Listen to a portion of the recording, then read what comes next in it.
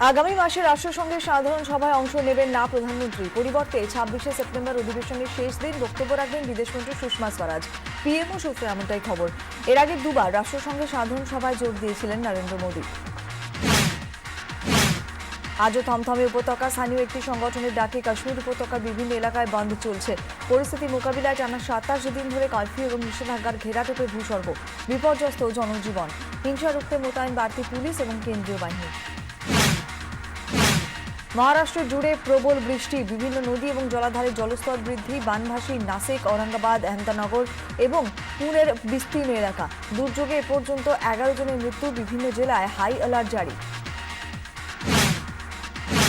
ফের জলপাইগুড়ির মালবাজারে হাতির হানা। খাবারের সন্ধানে নাগরাকাটায় ধরণীপুর চা বাগানে শ্রমিকদের বস্তিতেও ঢুকে পড়ে দুটি উন্মত্ত হাতি। জোড়া হাতির তাণ্ডবে ভেঙেছে বেশ কয়েকটি বাড়ি, নষ্ট হয়েছে খাবার। বন দফতরের কাছে ক্ষতিপূরণ দাবি। আরও এক ধাপ এগোলো কাটোয়া তাপবিদ্যুৎ প্রকল্পের কাজ। 45 একরের মধ্যে 42 একর জমি প্রকল্পের কর্মকর্তাদের হাতে তুলে দিল বর্ধমান জেলা ভূমি সংস্কার দপ্তর।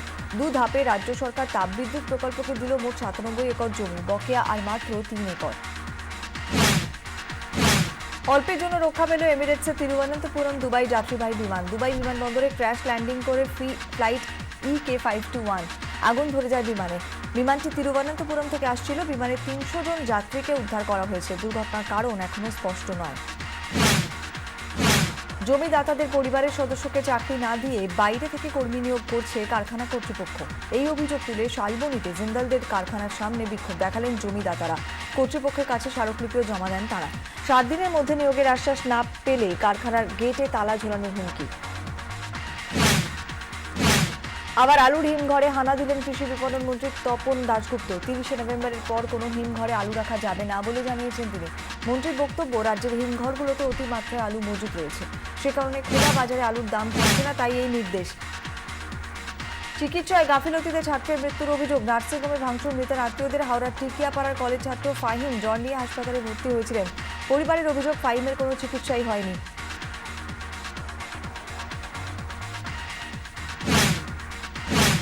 জগৎবল্লভপুর পঞ্চায়েত সমিতির সভাপতিকে খুনের চেষ্টার অভিযোগ। দীঘার হোটেলে অভিযান চালিয়ে মোহাম্মদ ইব্রাহিম নামে এক ব্যক্তিকে গ্রেফতার করল পুলিশ। জামিন অযোগ্য 307 ধারায় মামলা রুজু। ইব্রাহিম আগে পঞ্চায়েত সমিতির সভাপতি ছিলেন। দলবিরোধী কাজের জন্য তাকে তৃণমূল থেকে বহিষ্কার করা হয়। পরিবহন ব্যবস্থা ঢেলে সাজাতে রাজ্যের উদ্যোগ। 15ই অগস্ট দক্ষিণবঙ্গ রাষ্ট্রীয় পরিবহন সংস্থার 90টি নতুন বাস পেতে চলেছে আসানসোল ও দুর্গাপুর। বীরভূম, বাঁকুড়া, পুরুলিয়া, কাটোয়া ও কালনা রুটে চলবে বাসগুলি। শিল্পাঞ্চলে পর্যটন কেন্দ্রে 2টি সরকারি বাস চালাবে আসানসোল পুর নিগম।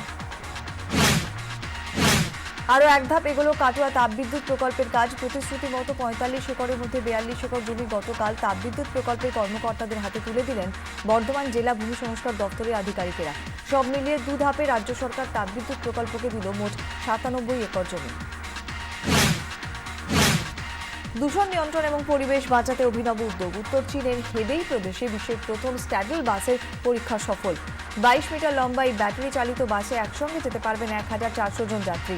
তলা দিয়ে চলাচল করতে পারবে গাড়ি।